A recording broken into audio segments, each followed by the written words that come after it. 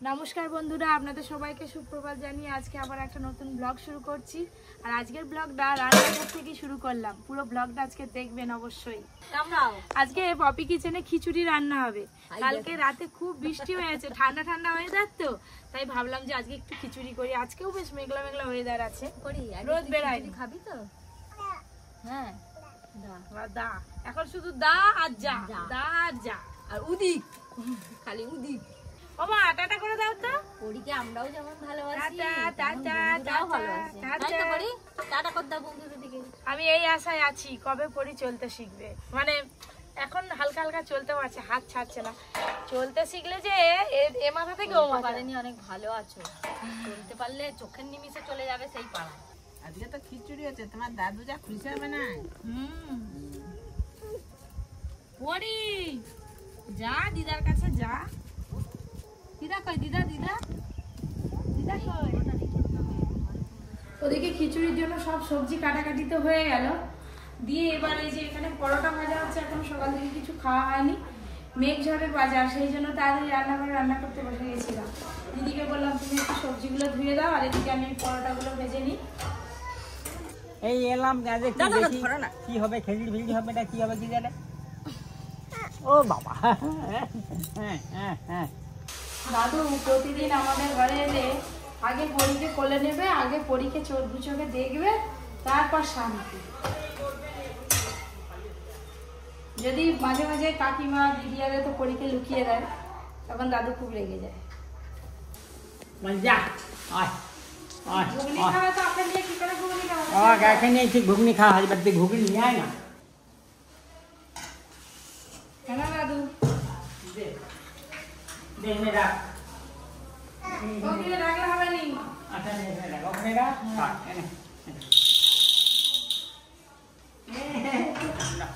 ওমা 30 টাকা তো? 30 টাকা পরোটা কেন? আনলিমিটেড তরকারিও নেই আর আনলিমিটেড পরোটাও নেই। এটাই তোমার জন্য।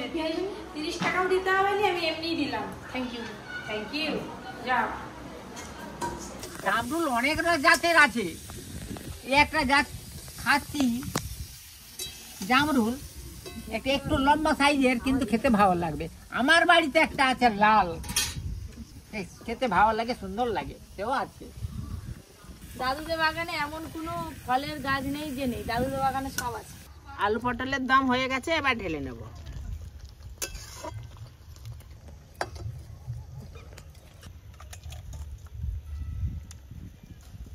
রান্না বান্না হয়ে গেছে। এই যে ওখানে জায়গা করা চলছে, আর পরি কাঁদছিল, এসে ওকে একটু নিলাম। সে হামা হামা আর হামা, হামা গরুর পেছনেই পড়ে থাকি। পরি হামা কই, হামা কই, হামা। যেই জামাটা পরে দিয়েছে অমনি কান্না হয়। একটাও কি ফুলগুলো রাখছে, সব টেনে টেনে ছিঁড়ে দিয়েছে। পরীকে আমি বকছি বলে আমাকেই বকে দিচ্ছে। দাঁড়াও না, ও এইরকম করে বলে এটা দেখতে ভালো লাগে, দেখবে। বাবরে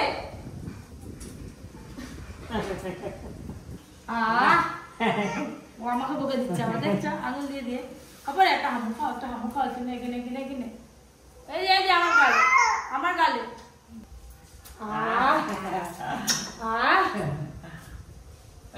আমার মাঝে মাঝে কামড়ে দেয়।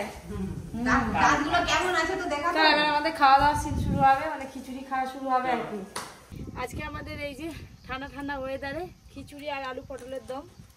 দুপুরে লাঞ্চ হচ্ছে। কেমন হয়েছে আমি তো এখনো খাইনি। মেঘও করে এসছে, একবার অন্ধকার। খেয়ে দিয়ে হাই দেখো পুরো কালো হয়ে গেছে। যদি এই সময় বৃষ্টি আসে না, আরো খিচুড়ি খেয়ে আরাম। আরো যে হাঁড়ি থেকে আবার তাদের করে বৃষ্টি হবে, সেদিনই বলবে খিচুড়ি হোক। আমার খিচুড়ি খুব খেতে ভালো, খিচুড়ি হলে আর কিছু দরকার নেই। তাহলে আলু পটলের তরকারি খাওনি তুমি? সবই হলো, একটু চাটনি হলে ভালো হতো, খুব ভালো হতো। কালকে খাবে চাটনি। আজকের মতো দুপুরে তো খাওয়া দাওয়া হয়ে গেল। মেঘের ডাক শুনতে পাচ্ছি, কিন্তু বৃষ্টি হয়নি। আমি দিদি আর সব একটু মায়াচরের দিকে যাব আজকে, নাকি দিদি? সবজি বাগানে যাব, একটু নদীর ধার যাব, খুব ভালো লাগবে আপনাদের। আজকে পুরো ব্লগটা অবশ্যই দেখবেন। ওই যে দুপুরে খাওয়া দাওয়ার পর বেরিয়ে পড়েছি। আপনাদের বলছিলাম একটু আগে যে মায়াচরের সবজি বাগানে যাব। আমি একটু হেঁটে হেঁটে এগিয়ে আসলাম, দিদি পেছনে টোটোয় আসছে। এই যে দিদি আগে থেকে উঠে পড়েছে, টোটো আবার গান চালিয়েছে। বাহ বাহ,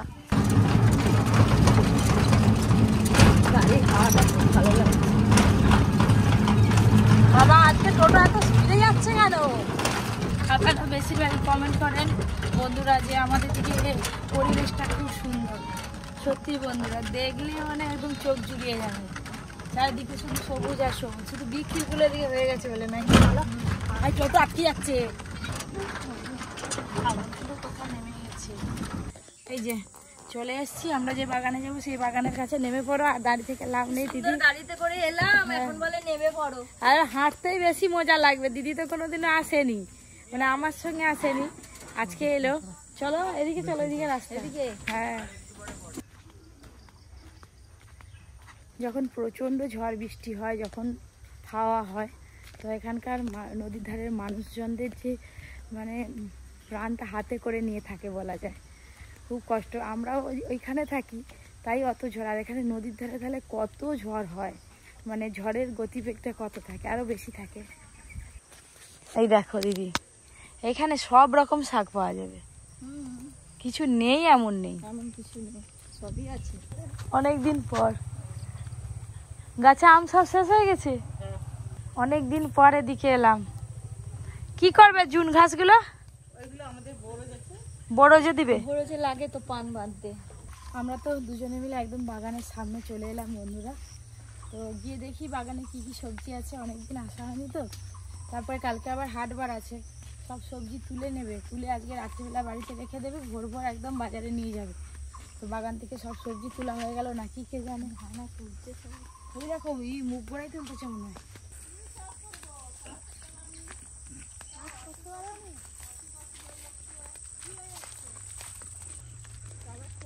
আমি বললাম না কালকে হাটবার আছে, এই দেখুন বস্তা ভর্তি ভর্তি সব বেগুন তোলা হয়ে যাচ্ছে, কালকে বাজারে নিয়ে যাবে। ক বস্তা তোলা হলো? এই এক বস্তা হয়েছে। আমরা ঠিক বেগুন তুলতে কি ভালো লাগে। এই বেগুনটা নিম বেগুন করতে হবে, খেতে খুব ভালো লাগবে।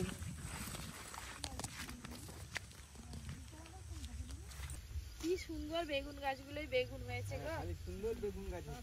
হ্যাঁ, খাটুনিও তেমন, শুধু সবজি সুন্দর দেখলে হবে।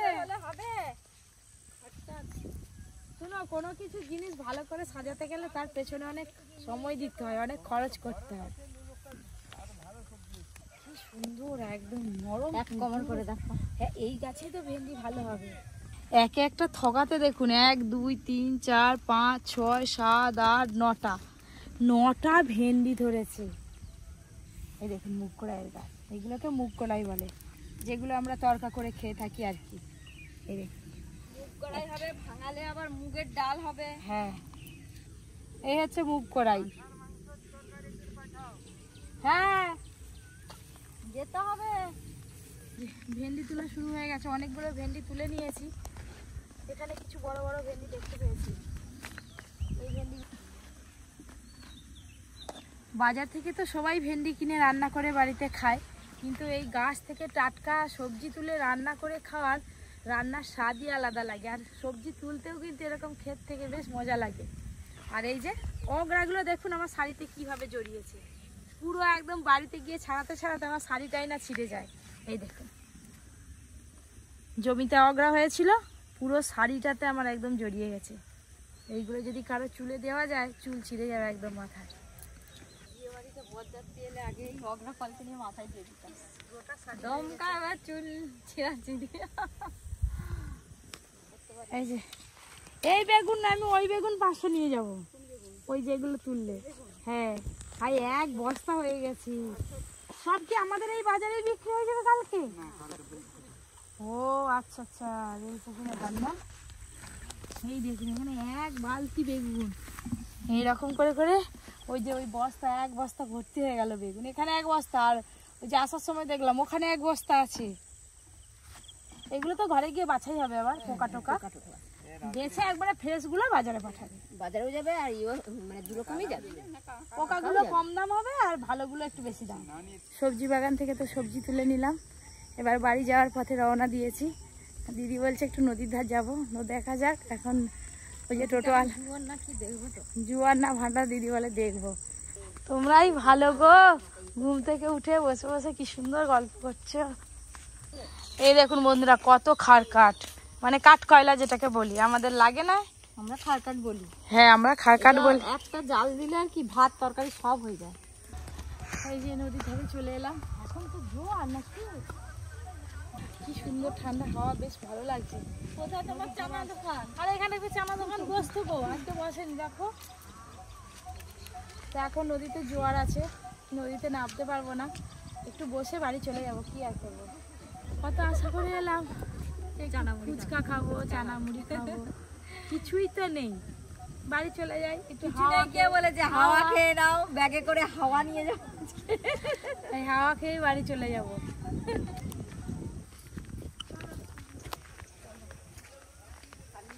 হেঁটে এসে আবার টোটো উঠে বললাম জল তো অন্তত খাই দেখি, জলের বোতল কই, কিছু খাই না খাই, বাড়ি থেকে জল নিয়েছিলাম, জল খেয়ে ঘর যাই।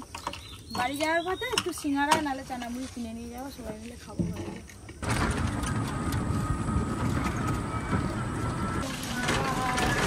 জল জিনিস দেখেছো যেন নদী,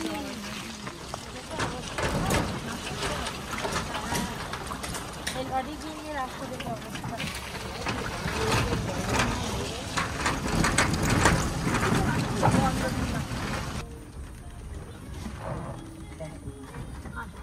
এই যে বাগান থেকে সবজি তুলে নিয়ে চলে এলাম, এসে দেখি দুই দিকে কপাট সব বন্ধ, ঘরে মনে সব ঘুমাচ্ছে। ঠিক আছে, কই ঘুমাচ্ছে দেখো না, আরে বেরোয়নি কেন পাড়ায়? আমিও এলাম আর পরিও ঘুম থেকে উঠল নাকি, হয়তো এখনো ঘুমাচ্ছে, ওইটা ঘুমাচ্ছে এখনো, ওদিক হচ্ছে, উঠবে বলে। পরি এখনো ঘুমাচ্ছে, ঠিক থেকে বের করতে হাত পা ধুয়ে একটু ভালো করে ফ্রেশ হই, তারপরে আবার কথা বলছি আপনাদের সাথে। ভাত খেয়ে বেরিয়েছি, ওই যে ওই পাড়ায় খুব খুব জাঁকে কালী পুজো হয়। আমি চলে এসেছি। বলাবি? হ্যাঁ ও বাবা, কালী পূজা দেখতে পাস, ওর জন্য চেপে পড়েছে, এবার সোজা এবারে দেখা হবে সেই কালী ঠাকুরের কাছে।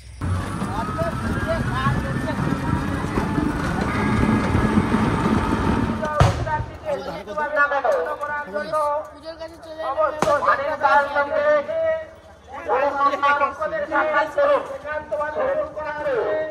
খুব ভিড় আছে, এখন যাচ্ছি দেখি কেমন কি করতে হয়।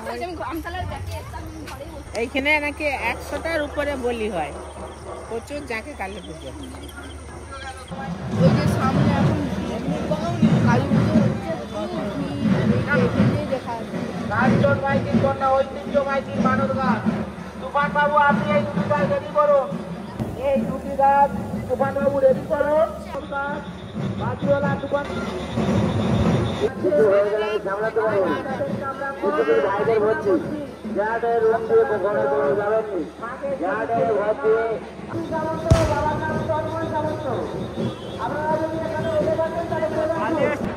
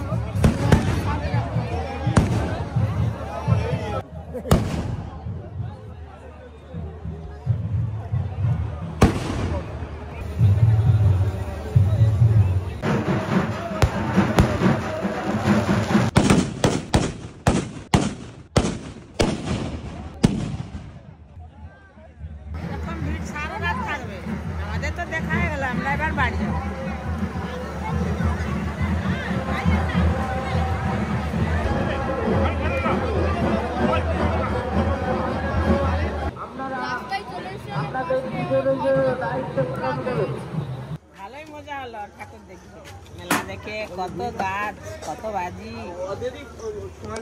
বন্ধুরা দেখা হচ্ছে একদম বাড়িতে গিয়ে, টাটা।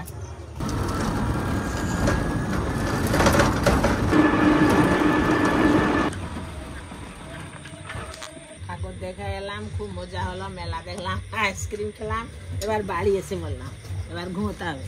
আজকের মতো এতটাই, আবার একটা অন্য ব্লগে দেখা হবে। Good night.